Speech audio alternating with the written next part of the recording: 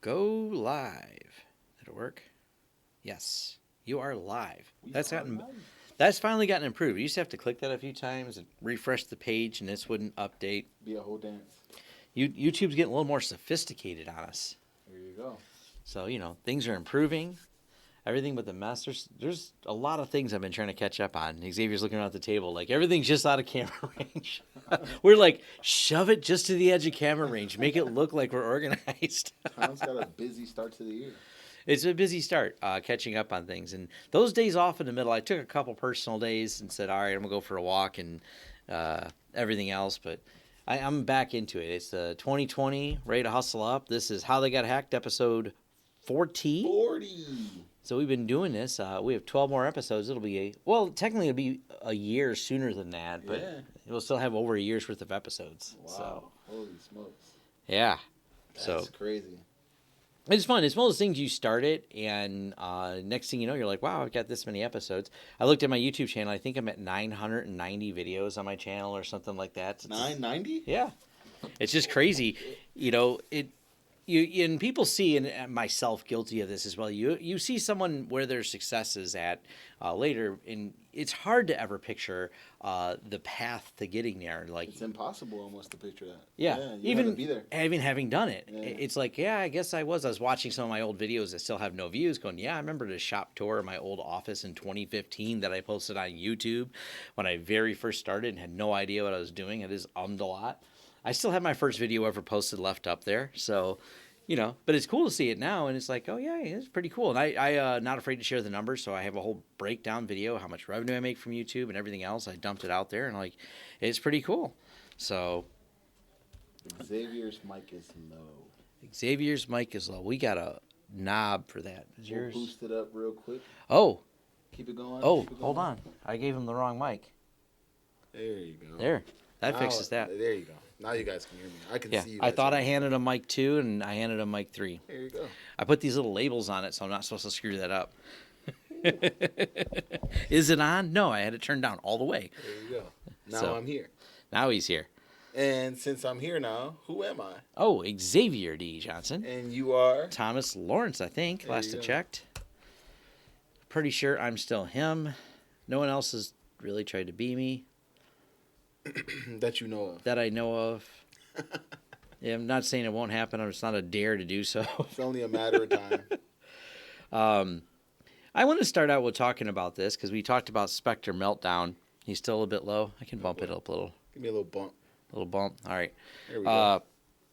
We were talking about Spectre Meltdown last time, and double checking it is on. It's on. It's on. You click that, just people with headphones, like tossing headphones. That makes a hell of a pop Boom. when you click that little button.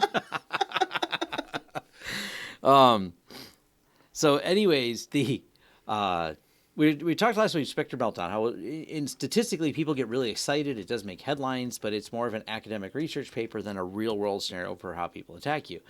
And I'm working on digging up some, I had to find some old stories for this, but I'm putting together, it'll be on my other YouTube channel, the reality of IoT.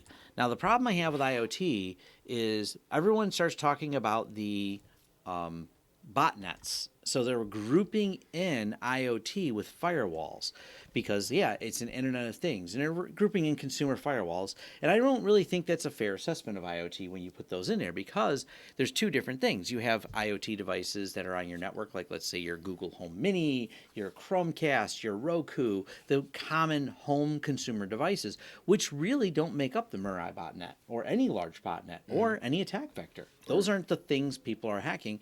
There are occasions. There is the vote for PewDiePie BS that came up where, was it that person discovered the Giraffe whole... or something? The Hacker Giraffe story. So, I mean, there's times when, not as an attack vector, but more of a annoyance vector. And it did cause Chromecast to go, okay, I guess we shouldn't open up firewall ports and just let things come in and things like that. And printer attacks. There was several attacks on our printers, and I've actually covered them on my channel back in 2017 and 2018.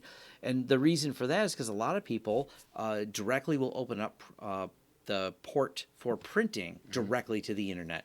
And I never understood... UPnP doesn't make this any better. No, UPnP sometimes makes this worse. Yep. But they weren't attacking the printers and then laterally moving to the network. That's just not...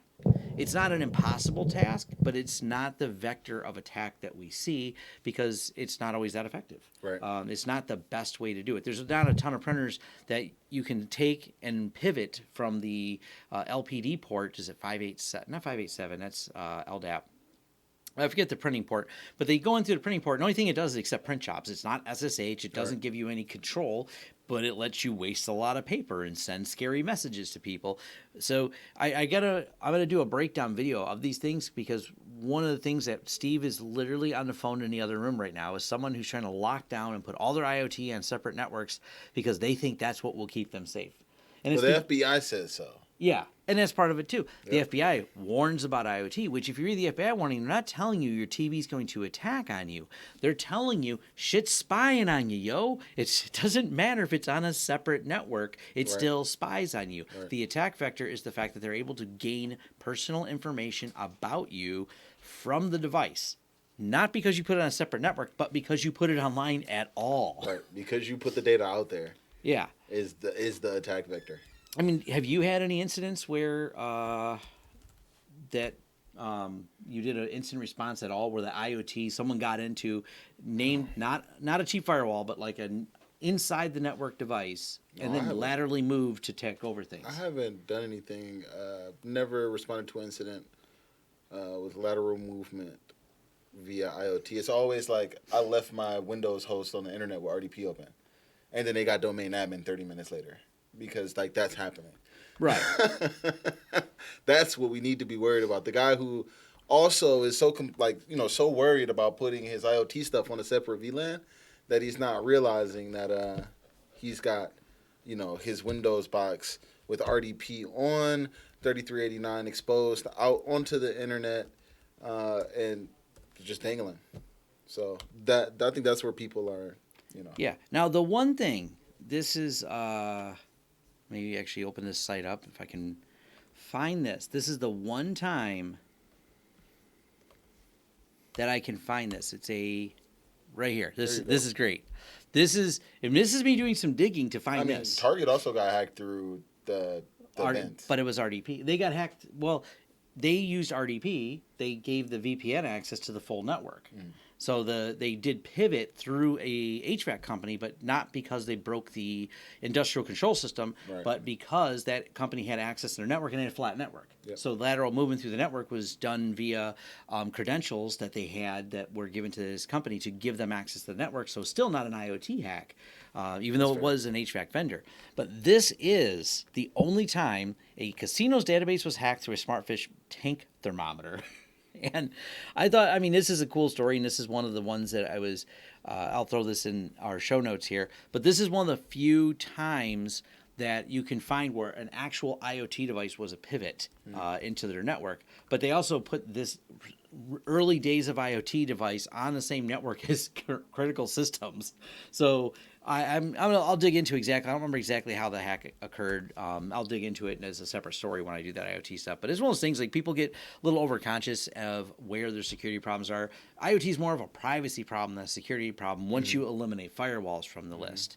When you add firewalls, that's a different problem because all these crappy consumer firewalls have security holes that just never get patched by either the vendors or the people. Even when the vendor does release a patch, nobody at home, unless their firewall quits, ever updates a home system. So just kind of my little rant on that, but it's something to think about. And if anyone has some links that they throw or have some hacks that they're aware of that I would, for my further research, please let me know. As the audience can definitely hear. Post it over in forums.lawrencesystems.com. Start a discussion under the cybersecurity of that type of hack. Because I'm curious. I want to put together some research on this and try to sort it out so I can get people focused on the right thing. Is probably the real goal here. They spend a lot of time not focused on the right thing. So let's start with. Let's see, where do we want to go? Wyze, I would assume, because that was the IoT. Yeah, IoT topic. The Wyze Cam. That's what I'm looking for. I just dropped that link in here. The Wyze Cam hack. Well, it wasn't a hack. It's a data leak. It's a data leak more than a hack. Where did that link go? Should be the first one. I thought it was the first one. Yeah, derp. All right, there we go. Wyze data leak. Key takeaways from a server mistake that exposed information for 2.4 million customers. Seattle startup Wyze, a provider of home cameras, other Internet of Things devices, announced December 26th it informed a data leak of the reportedly exposed personal information to 2.4 million of its customers. The problem of a new internal project to find better ways to measure basic business metrics like device activations, failed connections, rights. We exposed some data on our main production servers to put it into a more flexible database for easier query. The new table was protected when it was originally created. However, a mistake was made. Wyze employees to report when they used the database, previous security protocols and the data was removed. Founded in 2017 by a group of Amazon veterans, blah, blah, blah.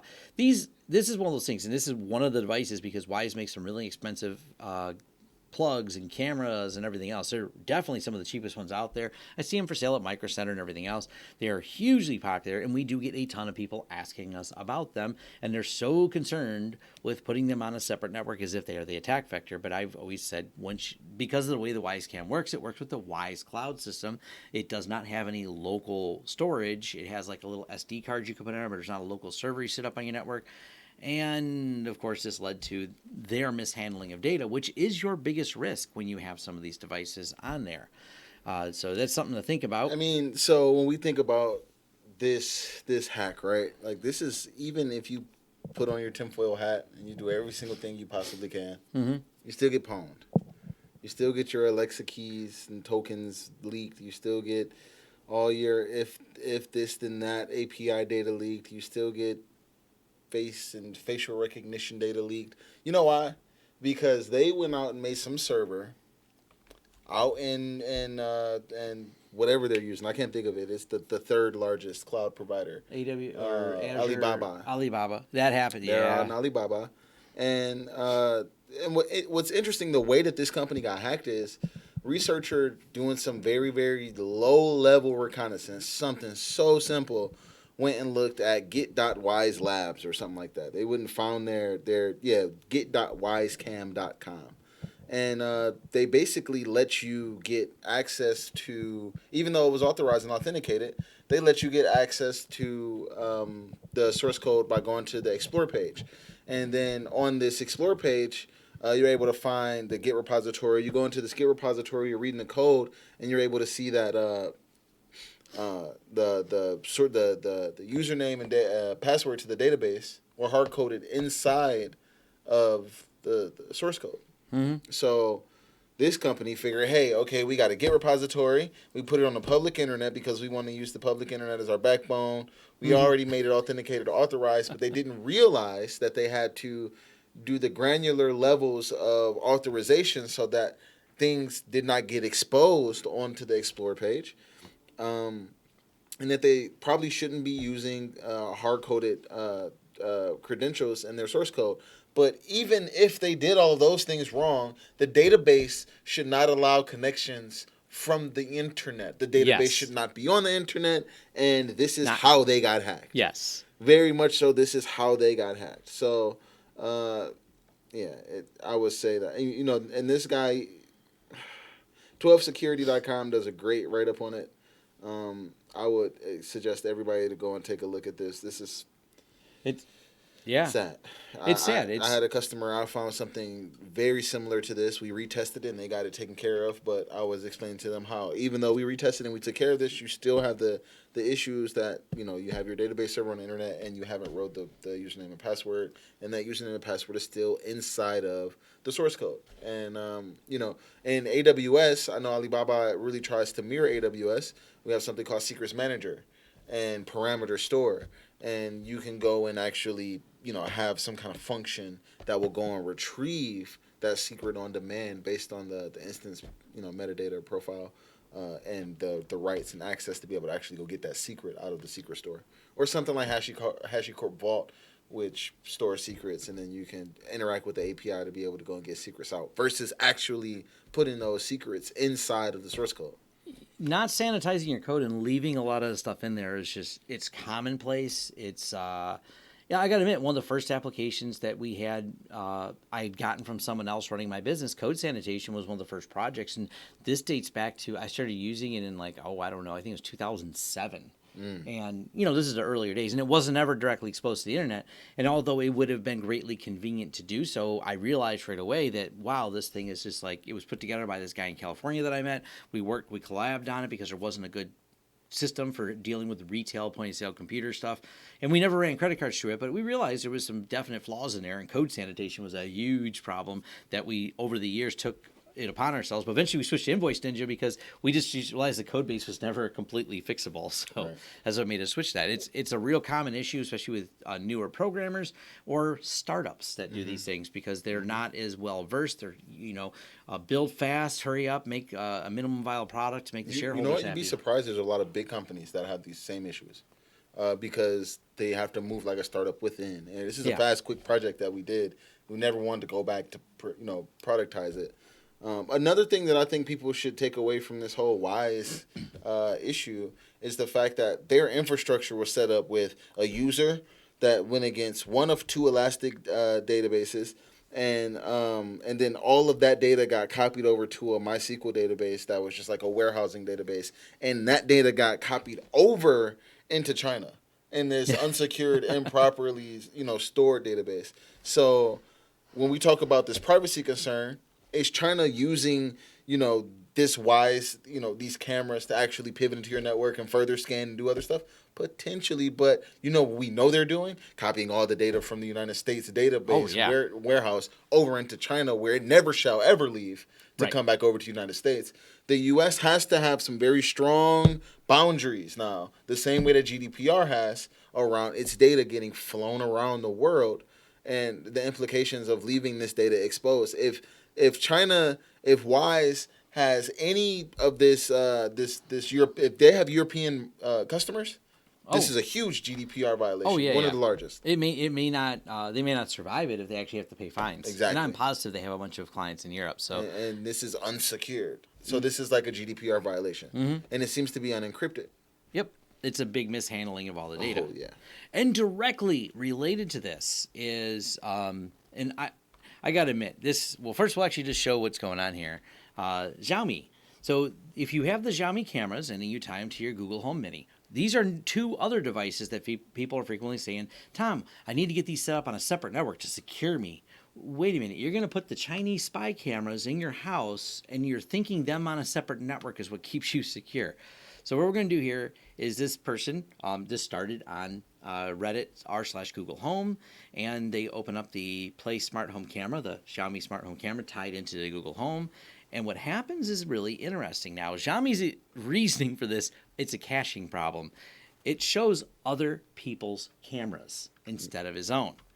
So my favorite line that is in here is when someone from Google jumps in here. And this line sums up this whole shit show. It says, Rachel from Google, and she says, hey, I'm going to reach out to you. I'll send you a private message. And someone right away, the first comment is, this is how you know things are fucked up, when Google is responding in Reddit to this type of security problem. And Xiaomi still hasn't really given any details on it. They claim that due to high demand, they were providing wrong images versus some type of cache misalignment. The human rights people are going to say, nah. Told you not to do business with them. Yeah, I think there's a lot of people that says that. So, in Xiaomi, in their generic statement, Xiaomi has always prioritized our users' privacy, information, and security. I think they probably went to that website that generates bullshit excuses and just grab me some bullshit excuse generator and write some copy and send it out to all the news from press places. Google actually behaved properly on this. Google shut them down. Google didn't buy the excuse, and my understanding is even though Xiaomi said they fixed the problem, Google, until they understand the root cause of the problem, is not allowing Xiaomi systems back on their network. So that's actually pretty serious. Google's like, no, your cameras definitely have some problems. We're turning you off. So, but once again, it's another IoT attack where, I don't know if it's really an attack, but it's obvious that they have some type of flaw, that you have these cameras that you put around your house and people bought them because they were the best deal. They were the least expensive camera, and now other people can see those cameras. Maybe see your private moments. Maybe that bothers you. Maybe you're a voyeur and this is exciting. Maybe there's an entire category of people I didn't think of. They're just buying them at They're masses like, now. People will watch me? Really? Oh, man. That's a new fetish we can invent within it. It's sad to think. People are just like Shodan voyeuring. Yeah. Or someone's I like, know some hacker's going to see this. Yeah. There's like some people exposing themselves on the internet.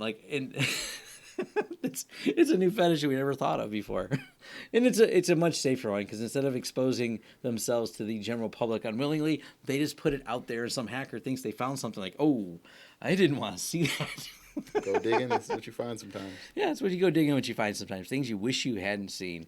But either way, on the serious note of it, once again, IoT stuff not being the attack lateral movement attack vector that took over your network, but definitely exposed you in a different way. Travelex, I think they're still down. Ouch. This page's currency unavailable. I like that little play on words. If there. you've ever traveled to anywhere outside the United States, you've probably done something with Travelex. Yeah, foreign currency mega exchange. Travelex said on Thursday it was forced offline by a software virus infection, bringing down a number of currency exchange websites. In a statement shared Thursday at UK headquarters, Biz said the digitally nasty first spotty on New Year's Eve caused it to unplug its UK site and online services while it worked to clear up the mess. It looks like in-person stuff was still working through manual processing, but yeah, this is going to be a mess. Are they running ASPX or is that like... Oh, Travelex's AWS platform had Windows RDP servers enabled with NLA disabled. I said that. Oops. I said You said it. Nailed it. I'm just looking at the error page. Yep. Warning, this system property of Travelex limited. Yeah. Wah, wah. We talked about this last time, and we said don't expose RDP, and people are like arguing, no, can't we expose it in some limited... No, don't. If you're thinking about exposing RDP, please Just stop. fucking stop. Go expose yourself. Go expose yourself in other ways. Right. There are better ways to expose yourself on the internet than RDP. Yep. Better and more exciting ways. Yeah, definitely a problem there. It's another mess. It's another mess. Yet another one. Now, this was interesting. And it kind of made me think about this because, with things...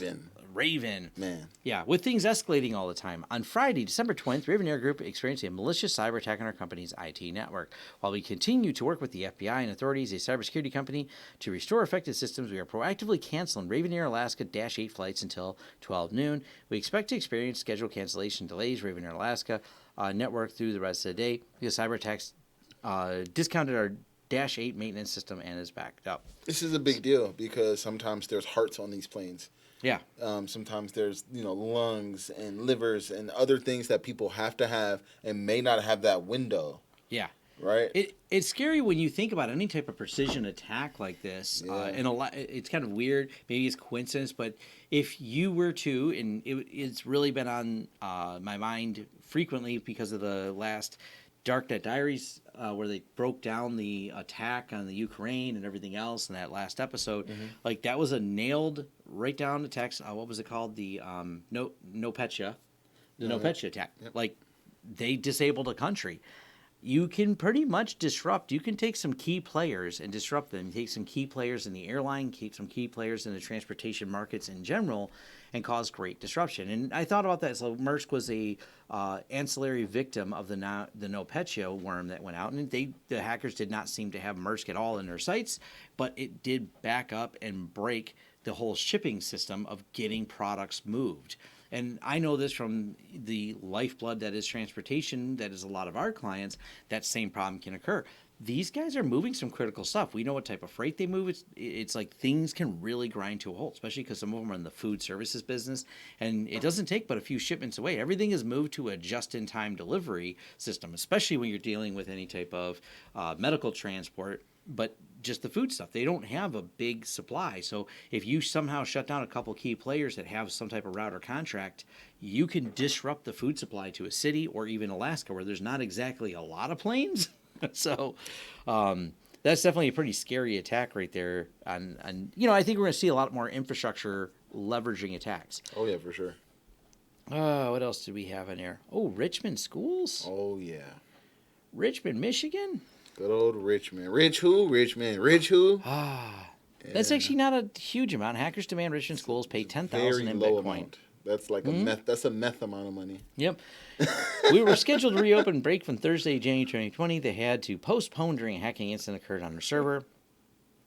Richmond Community Schools IT Department noticed the hack occurred on December 27, 2019. They immediately shut down the server, made sure the backups had not been compromised. The hackers encrypted the server, rather locked out the school district from accessing the server. What another mess. The hack affected schools, telephones, copiers, technology, and even their heating system. That's a little bit scary that was all tied together. You know, there's that one, if you search for Commodore HVAC system, there's someone still running on a Commodore, and they're safe from hackers. I mean, I'm sure there's security vulnerabilities, but it's on a Commodore. No one can get to it. Schools refused to pay, getting both Michigan Federal Police involved, trying to track down the hackers. Well, yeah, good luck. That's some kid that goes to that school. It makes you wonder if it is. $10K? That ain't nothing. Yeah, they spoke to him. 10K is a really small amount for a school district. Tiny number. Yeah, that was kind of small, but still happened. And I imagine that is going to be what happens at some point where kids start disrupting the school because kids and things, and there's going to be that kid. Oh, yeah. We already saw it. The one kid who was jamming Wi-Fi. Oh, that's right, the jamming Wi-Fi kid. We saw the college students have been doing it in New Jersey for the past few years. That's how that's how we got Mirai. Yeah, those kids. Mirai was started by a guy who just didn't want anybody to be able to book classes because he didn't get a class that he wanted. Mm-hmm. And he was just like, if I can't get my class, nobody get their class. School's out. Yep, school's out, man. Didn't want to take an exam. Yeah, that's what it was. Yep. Yeah. So this is a twist here. Maze Ransomware sued for publishing victim stolen data. Jeez. Now they don't know who the Maze Ransomware people are, but they're getting sued once we find out. But they're getting sued. Now apparently, the legal maneuvering that they're doing here is kind of like a placeholder where we have a name of a criminal group, but we don't know who that criminal group is. So they can be named. That way, if money is recovered from criminal group, they have a placeholder that says, yeah, we were the first ones to sue you, so we're first in line. But they're also leveraging a lawsuit because this is one of those ransomware slash ransom slash extortionware is kind of where they did it. So another place hosted the data, so they're also suing the place that was temporarily hosting the data and publicly disclosing data on there. So it's kind of a weird twist and interesting. I don't know what's going to come of this. As part of the lawsuit, 2 exhibits were included, one of the ransom note and the redacted image, which most likely was stolen data on the Maze news site. Wow. So, yeah, this is really an injunction against, I guess it was an Irish company that was actually doing it. So it's kind of hosting it? Yeah. Wow. Yeah. That's interesting. That's So, a whole new angle. Yeah. I told you the lawyers always win. They figure a way. Lawyers figure a way to eat. The lawyers win all the time on both sides. Yep. Whatever you're going through, both lawyers are really happy at the end of it. Even if either party may or may not be happy, the lawyers always win on both sides. Always. That much is for sure. So I'll leave a link to this. It's kind of a complicated subject, but they have all the legal filings in there, and it's kind of interesting at the same time that this is an interesting twist. I don't know if it'll actually get legs and fly, but boy, that's interesting. I mean, they got this stuff taken down, so that they did do that. So that was cool. Oh, boy. Cisco. Now, we can toss Cisco ASA devices. So DOS bug attacked in the wild. So this is a 2018 CVE from 2 years ago. And if I'm not mistaken, I bet this is the one. Let me look this up. This is the one where it puked its credentials, right?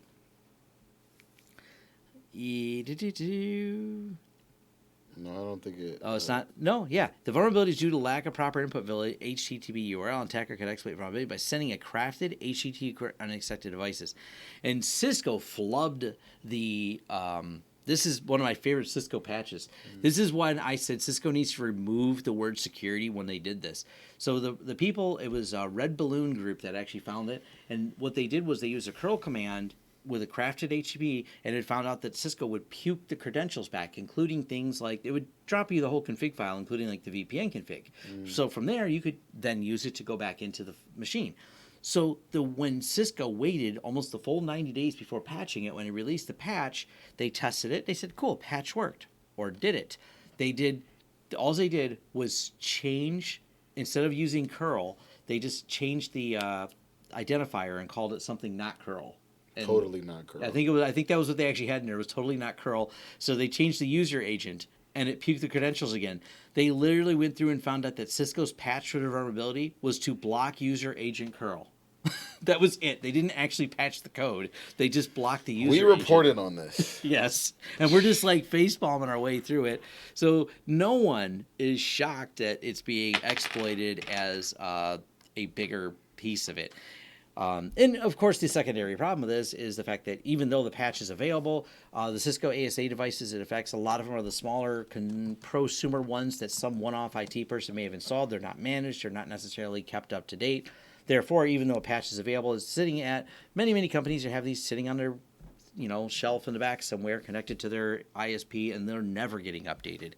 The only saving grace is the device has been out long enough, and the problem didn't occur till a certain patch level, and then it's patched after that 2018 CVE. So if you actually have a really old one, you're safe, which is freaky because we actually have a client, not an actual managed client. We have a client with one of them. We looked it up. But it's so far out of patch, we're like, actually, you're safe now because it's so old. But not good. Oh, speaking of client hacks, we're still sorting this one out. We don't know exactly how it occurred at all yet. So we're still, depending on how much they want to pay for us, they're a very, very cheap client. They have money. They just don't like parting with it. Phone system hack. So all their calls started going to one of their vendors. Like anytime you call, it rings at their vendor in Minnesota, and they happen to be local here in Michigan. So that was the key of, hey, we're not getting phone calls, and this guy in Minnesota is trying to figure out who to get a hold of there, and he sent an email. He goes, dude, all of your phone calls are coming here. So we started investigating, and you can go into free PBX, and you can do a dump of all the different call forwards that people have done from the command line. And when we're looking at it, okay, there's someone that took the ring group for the main ring group that rings a group of phones and accidentally forwarded it for reasons unknown before the guy left to one of the vendors. Accidentally. Well, what we found that was much more scary is all the out-of-country ones that are all listed in there. There's forwards off all kinds of extensions going all kinds of places. So someone has been using their system for other things, because when we dumped the database list, we found a much longer list of all these different India, France, Germany, all European numbers. So we sent them a message back because we can't call them. We tried. It is still a mess, and their voicemails are all full. We're like, we told them, we sent an email. This is what we found. What do you guys want us to do next? We're waiting on the next incident. Do you want us to restore from a backup we have from a while ago that we know we left at your place last time we were there? And we're like, yeah. And when we took them over as a client, they refused to do any type of managed client stuff with us. They're just too cheap. But every time we've done so many, like, I fix the problem we see, and they're like, do you think we're hacked? I'm like, I think there's probably enough bugs running around your network. I said, you probably have at least a dozen phone machines in here. And they never want to fix all of them. They want to fix always the immediate. So now this latest one, if they ask me how did we get hacked, I can't answer it well because there's too many opportunities. You guys got random versions of TeamViewer all over 2 different networks at 2 of your locations. Your other IT people were nitwits that just left firewalls open. We replaced all the firewalls to solve their immediate problem they were having before. Sheesh. Yeah, RDP open was the least of their problems when we got there. So it's going to be fun if there's some follow-up and a debrief on it, depending on how much they may just trash the server and have us roll it back from backup and change the passwords. They've done that before too. Not really solve the problem, just solve the now problem. That'll be, those are kind of fun. We were just laughing about it. It's like, I'm almost happy they don't want to sign up as a client because they're such a wild card of craziness. And they're so cheap. And then once you have this wild card of craziness and cheapness combined with time, and then you lose smart people because they get tired of your nonsense, this is what happens to you. The company shuts down because ransomware leaves 300 without jobs. This is that real world ripple effect. Like, you get what I mean? Like, it starts off with you just neglecting, and then it ends up with you having to shut your doors and people hating you. Yeah. The only saving grace one of the client that I'm speaking of has is the fact that they're in the manufacturing and they have a niche product that they have a lot of money. There's a lot of demand for their product. Manufacturing's weird. They can get away with a lot because they don't worry about HIPAA. They don't worry about compliance because there's no one's data to lose. So they spend the minimum on it. And because the machines themselves don't require a computer to run, they run CNC machines off serial ports. The computer died. We just won't plug serial port in until you guys figure out what the hell's wrong with it. And their machines keep chooching out parts and people keep paying invoices so they stay in business. Sheesh. Ain't no one calling them right now, though. If they do, it goes to their guys in Minnesota. So no progress in recovery efforts over the holidays. Yeah, this is impossible. This is an impossible situation. If you lose all of your intellectual property, that is it. This is one of the reasons offline immutable backups are important, strategies around it. I mean, Xavier kind of tossed around this a little bit. It's really hard, and I because we don't have certain pieces of the details of this company, it's really tough being a small business and trying to pick an IT company. I don't know if the IT company was at fault. I don't know if they were at fault, because I've heard people say things like, oh, they should have spent more on IT. We took over a company that had really poor quality backups and systems engineering. Everything was screwed up when we got there, and we found out after they were also paying an MSP. We took them over. Now we're their MSP. We got them all set up, fixed everything. We learned later one of the reasons they switched to us is we were about 15 or 20% less than the previous IT company. So they chose a company that had a good reputation, came recommended, was charging more than us, so they were spending the money, but wasn't doing the things they were being charged for. Because we got there, nothing was updated, nothing was patched, everything was set up wrong, and so there was some project work cleaning it up. But our recurring rate monthly is less than they were paying, and they said, "We're happy you guys answer the phone," because actually not answering the phone was one of the first indicators they had with the other company that was a problem. They just didn't follow up with any problems they had. So it's tough for a small business to pick them. The nice thing is when this happens, this particular medical company that we took over has now recommended us to the people that recommended the other people. So now we're picking up more clients from it. But yeah, it's kind of... and the clients that don't get picked up end up having to close their business because this company's just not doing the things that they say. And there was doing. Just a Michigan company that had to close back in April for this exact same reason. The dentist company or whatever. And another medical company too. There was another medical company that just said their solution was, we're not opening again. Yeah. There's another one in Simi Valley, California. This year, 2019, the past 12 months, companies are going out of business because they cannot recover. Yeah. So, and this kind of dovetails right into this. Now, this is a pretty big IT company. So, IT service provider Synoptek. Synoptek, California, based provider of cloud hosting IT management services. MSP. Yep. More than 1,000 customers nationwide suffered a ransomware attack this week that has disrupted operations for many of its clients, according to sources. Now, company nearly has like 1,000 people working for it, over $100 million in revenue just in the last year. Has no excuse not to do proper hygiene. Yep. And unfortunately, we don't have the full detailed debrief, but right here we go. I do like this. They did take this tweet down. Jingle bells, phishing smells, hackers go away. It's kind of at the same time they were being hacked by a phishing email. Whoops. With the rise of cybersecurity attacks during the holiday season, make sure you read up on what to look for. Yes, you really should. Meanwhile, you got hit by pseudonocoby. Yes, and they did. Now, this is the part I want to go to. Is I left a link here to... Where did it go? The Reddit. Right here.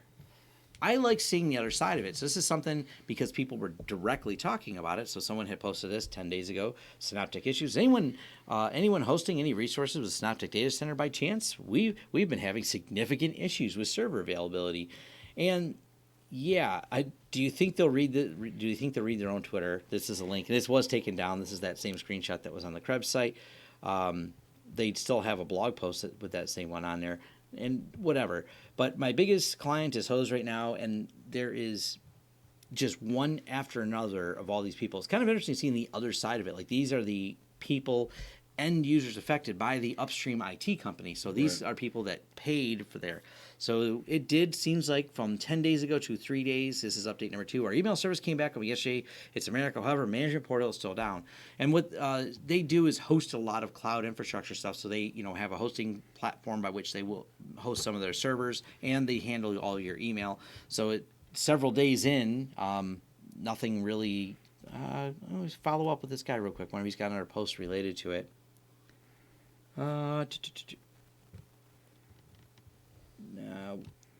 Legendary discussion about this. I think it's the same one we already had. Yep, same discussion. So yeah, you can see this is like that other side of all these companies that are actually there. So also, for what it's worth, I'm posting some indicators of compromise, throwing your firewalls, blah, blah, blah. So Holiday Doc, Happy New Year's Doc, Holiday Doc. So these are things on there. And it does sound like they used their RMM tool to actually deploy the ransomware. This is becoming a common attack vector where they compromise the RMM tool, probably through a phishing email, and then use the RMM tool to push out the ransomware to all of their clients and make a giant disaster out You know that one video that Tom made to teach you how to hack? Yeah, I got Tom made a video on this. If you look at Huntress Labs, the video we did, how to think like an attacker. We walk through a stereo of how attackers pick their targets, how they walk through, how they spend time phishing them, and we in that video break down how we could even get the cell phone number of some of these people through OSINT, just open source information intelligence, where we're able to dig around, find enough information to actually start texting people that work for an IT company that has an open RDP server. Like a lot of these people, it's a lot of stuff. So, the story finally broke. Someone links to Krebs 6 days ago. Wow, there's so much stuff. Twitter query. Oh, this is, I didn't see this. Nope, nothing really. What's your definition of contained? No one technically believes that. What a mess. What a mess. Yeah. Anyways, this is, like I said, this is why it's so hard to pick an IT provider, because they're not small. Like Xavier said, there's a huge company to have this type of disaster. They are big. They are big. It almost scares you when you get that big. It's got to be, there's just some things that are difficult to do at that level of scale. Yeah, it's almost impossible. That's the reason why companies like GM and GE they were very methodical, and they almost scared you. They wouldn't let you travel to certain places. They made you think about the world in a completely different way, because they have plans to things. They have Humvee plans and jet engine plans, and there's a way to be secure. It's just really scary. You wake up every single day thinking you're being stalked to work. You take a different way. Well, and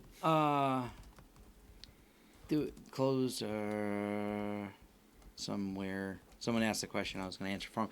But one of the here we go. Someone just asked what was the Michigan place, and I figure I'll pull it up right here. Continue to God, I hate ads like this. This is that one for those wondering. That's the Michigan practice to shutter after hackers delete patient files. The owners of Brookside ENT Hearing Center have decided to retire early following a ransomware Yeah, they were attack. going to retire a year later, but they had to retire a year early. Yeah, because of the cost of dealing with it. So that's just, I'll throw it in the show notes. It'll be in the link there. But yeah, back to the other side.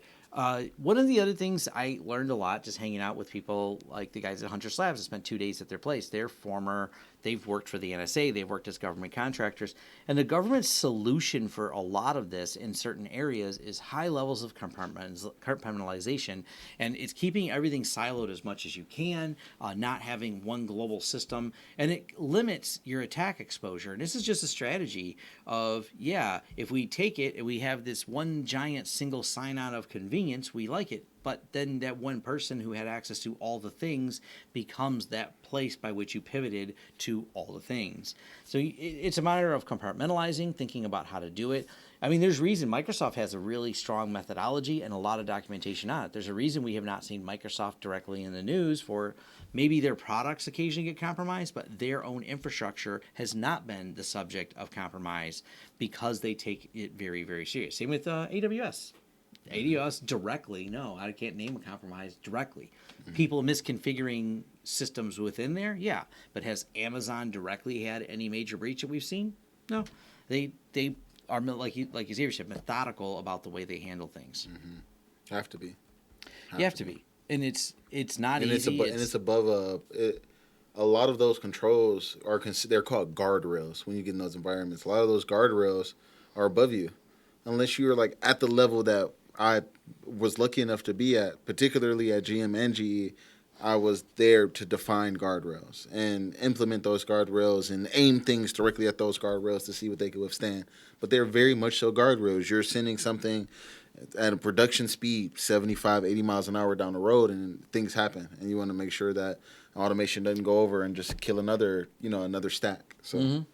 And with the consulting work we did with a very large company that was locking things down further to another degree, there was a large company, and I applaud what they did. They, I talked them through some of the stuff. They talked about a plan to harden things even further, which they were already pretty solid with what they told me they were doing. I'm like, that's great, but to hear them, they want to put another layer on top of it of transparent firewalls and watch things with Cyberattack so they can quickly understand things. Awesome. Like, this is some good ideas you guys have. I like seeing companies do that. We've seen some medical companies, and I'm doing a couple hardening with a couple other companies now that went from way hanging out in the wind to, hey, we should probably lock all this down. So the conversations have dramatically improved with those companies. So we're starting to see it. So it happens. Those are just companies you don't see in the news. So it's not like it's all doom and gloom out there. There's a lot of companies that'll survive this wave of attacks by being, and the next one, and the next one, and the next one, because they're constantly vigilant about this. This channel still doesn't have a thumbnail. One day, David, we'll get there. Look, we're 40 episodes in. We're focused on content, not thumbnails. That's, I've seen places with fancier thumbnails and less views, and terrible content. This guy, I got fancy content. I mean, fancy thumbnails and less content for sure. I wonder if many cover up their hacks. There's different types of hacks. There's the hackers that get in places and hang out long term because they're not there to damage things. They're there to gain knowledge. They're there to dig in. We missed one. What did we miss? I'll put it at the end for you. But at the end, what did we get in here? Oh, the 30 years of ransomware. Yes. So people don't realize the first ransomware was 30 years ago. Wow. 1989. 1989 was the first ransomware. Through social engineering and getting you to install something onto your computer that you otherwise shouldn't have. Wow. Which is still happening to this day. We just did an article on it. Mm-hmm. Yep. It is. I think it's one of those, once they found out there's money in something, people are always trying to make what's your prediction for the next decade type of things. It really just shifts as long as they can figure out a way to make money in it. So in this instance, this Trojan was called the AIDS Trojan, and it was sent to people who attended the World Health Organization's AIDS conference in Stockholm in 1989. The attendees were sent the floppy disk, had malicious code that installed itself onto Microsoft DOS systems at the time, and counted the number of times the machine was booted. When the machine was booted for the 90th time, the directory hid all the directories and encrypted the names of all the files in the drive, making it unusable. And then they had a ransom note. Wow. Luckily for them, researchers went ahead and were able to release a free decryption tool, which is still literally the cat and mouse game. Shout out to No More Ransom. I've been telling you guys about this since nonstop. For a good friend of mine actually runs that. And yeah, there you go. It happens. It's been happening, and it's still going to happen. So for all you people that say we sensationalize ransomware, it hasn't slowed down in the last 30 years. And right here, Bitcoin did change everything. Yes. Once you had a methodology by which to get the money to the ransom without yourself getting caught, that is a game changer in terms of that. And it's, whether you like it or not, it is probably one of the big success stories of Bitcoin, of people's recognition of it, is the fact that it is commonly used for this. It's great for. I almost wonder if there's more transactions in Bitcoin for illegal stuff versus legal stuff. Certainly. So it's definitely a real issue there. But as long as there's money in ransomware, there's going to be people exploiting it. Yep. There's not as much money in mining the coins anymore, so we just watched that kind of fade away because, well, when there was a lot of money in it, they were taking it over. It was terrible for energy anyway. Talk about the carbon footprint of those things. Oh, yeah.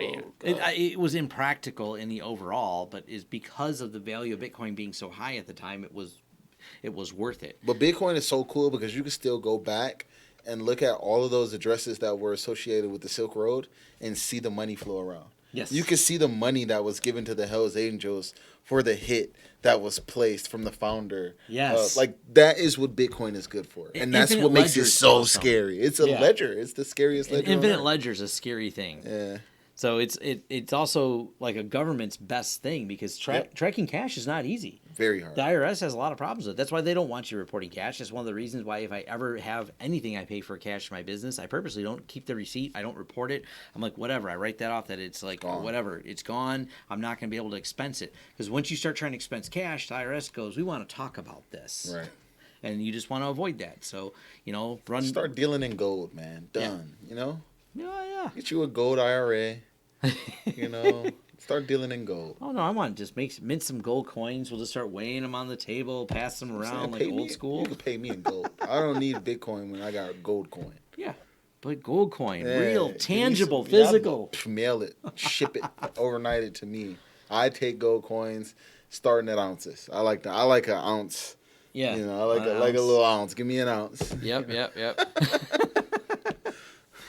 Well, I think we've reached the end here. This is the last story, but we'll leave all these show notes links. I'm going to dump them in now because I always forget if I don't. Yep. Lots of stuff that you can do some further reading on and dig into. Thank you guys for coming.